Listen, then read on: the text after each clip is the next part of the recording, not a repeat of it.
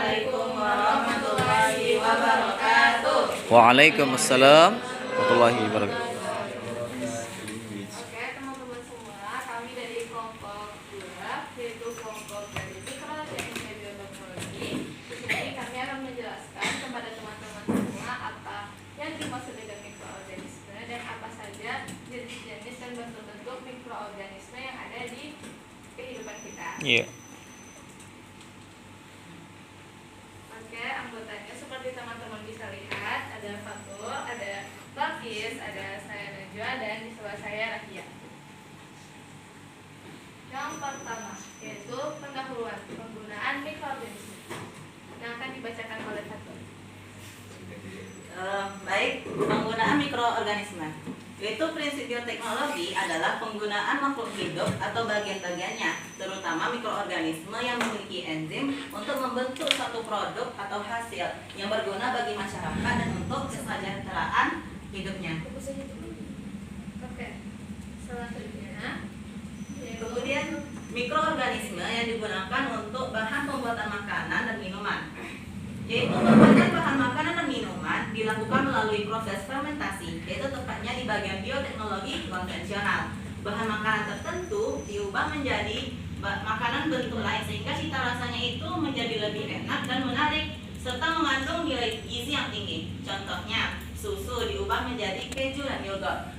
Kemudian biji kedelai diubah menjadi tempe dan hasil penyaringannya itu diubah menjadi oncom. Nah, seperti teman-teman yang lihat di depan ini yaitu proses pembuatan keju. Yang dimana keju dibuat dari produksi susu sapi murni. Kemudian susu sapi itu Sasi. Tahu kan pasteurisasi itu yaitu proses pemanasan suhu pada susu sehingga bakteri atau mikroorganisme jahat yang ada pada susu itu menjadi mati sehingga tidak menghalangi proses fermentasi sehingga produk hasilnya itu tidak menjadi gagal. Itu pasteurisasi. Kemudian setelah pasteurisasi kemudian difiltrasi yaitu disaring. Kemudian setelah disaring dikoagulasikan. Koagulasi itu yaitu proses pembuatan suatu produk dari cair itu menjadi padat. Itu koagulasi. Kemudian pas dikoagulasi ini ditambahkan enzim rennet. Enzim rennet itu enzim renin. Enzim renin itu berada di, kalau di manusia ya, enzim renin itu berada di saluran pencernaan bagian lambung. Yang dimana fungsinya itu untuk mengendapkan protein-protein yang ada pada susu sehingga nantinya membentuk daging yang agak menggumpal-gumpal kan nanti keju itu nanti ada yang menggumpal-menggumpal kan, itu tuh daging. Kemudian pas dikoagulasi ini ditambahkan mikroorganisme juga. Apa coba mikroorganisme yang ditambahkan? Okay, do you know what the name of organism? Apa? Jadi mikroorganisme yang digunakan dalam pembuatan keju ini yaitu Lactobacillus casei. LKC, right? LKC. Kemudian setelah dikoagulasi kemudian mengendap dan habis itu dilakukan pemotongan. Kemudian yang dadi menggumpal tadi itu dipisahkan sehingga air yang pembuangan itu pembuangan air dadi. Ini gumpalan dadi tadi. Kemudian gumpalan dadi itu akan digiling, kemudian melalui proses penggaraman. Kemudian ada yang menjadi krim keju dan ada menjadi keju segar. Kemudian ada dicetak juga, yaitu cara cetaknya itu kayak ditaruh di satu wadah kemudian ditekan sehingga membentuknya itu bulat. Ini keju matang. Okay, in West Sumatra we have Ampiang Dadiah. Do you know Dadiah? Ya, Lah ya. Teman-teman, ada nantinya yaitu pembuatan yogurt. Yogurt ini yaitu sama halnya produksinya itu dengan keju, tapi di yogurt ini nantinya mikroorganismenya itu beda ditambahkan. Mikroorganisme yang ditambahkan di yogurt yaitu Lactobacillus bulgaricus atau Streptococcus thermophilus. Kemudian setelah ditambahkan mikroorganismenya, kemudian baru dikoagulasikan. Pas dikoagulasi ini, kalau misalnya hasilnya itu kental, maka produk dari yogurt itu jadi. Itu proses pembuatan yogurt. Kemudian pembuatan roti. Roti kan kita tahu kan adonannya itu agak mengembang kan. Jadi proses pembuatan roti itu yaitu tepung, misalnya di wadah nih, kemudian dimasukin tepung, kemudian ditambahkan sama air. Pas ditambahkan sama air itu kemudian dimasukkan mikroorganismenya. Kalau di roti itu mikroorganismenya tuh Saccharomyces cerevisiae. Kemudian setelah ditambahkan kan ada tuh agak didiamkan dalam pembuatan roti kan.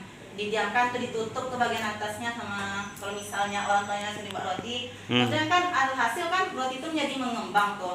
Jadi pas mengembang itu tuh terjadi proses pelepasan karbon dioksida dan penghasilan alkohol. Nah, karena adanya proses pelepasan karbon dioksida di dalam roti itu, makanya roti itu menjadi mengembang. Kan mengembang dia tuh kalau misalnya dibelah kan agak beronggar-onggar kan. Di dalamnya itu agak berlubang-lubang. Nah, kemudian rasa dari roti itu kan agak enak tuh kan kalau misalnya apa? Itu tuh alkohol fungsinya tuh. Itu alkohol kalau di roti itu digunakan sebagai cita rasa roti. Kalau CO2-nya itu berfungsi untuk mengembangkan adonan roti. Right. Kemudian ada mikroorganisme penghasil protein, yaitu protein sel tunggal. Protein sel tunggal adalah bahan makanan berkadar protein tinggi yang berasal dari berbagai jenis mikroorganisme.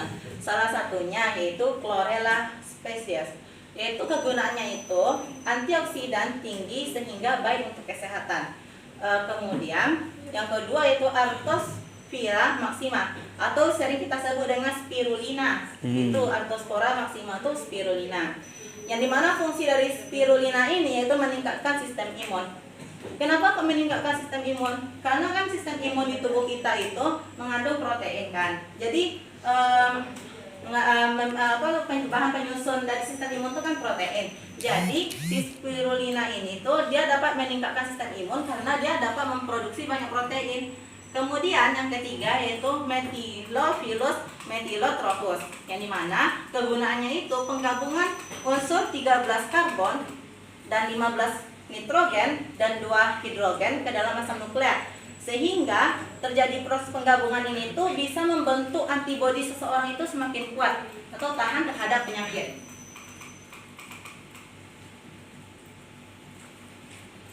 Ini si bagus. Nah. Kemudian mikroorganisme penghasil bagus. Habis ini. Penghasil zat-zat organik, enzim dan vitamin. Itu salah satunya asam amino. Asam amino fermentasi mikroorganisme hasil rekayasa genetika terhadap substrat dapat menghasilkan senyawa kimia. Senyawa kimianya itu antara lain asam amino, asam sitrat, enzim dan vitamin. Yang pertama asam amino. Asam amino yaitu suatu monomer dari protein yang dimana dia tuh bisa menghasilkan asam glutamat dan lisin.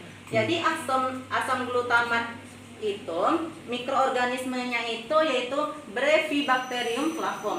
Yang dimana Brevibacterium flavum ini tuh bisa menghasilkan MSG atau micin kan, monosodium glutamat. Kemudian lisin tuh untuk produksi lisin dalam jumlah besar dibutuhkan mutan bakteri Corynebacterium glutamicum. Boleh tepuk tangannya dong untuk satuan. Bismillahirrahmanirrahim. Masya Allah.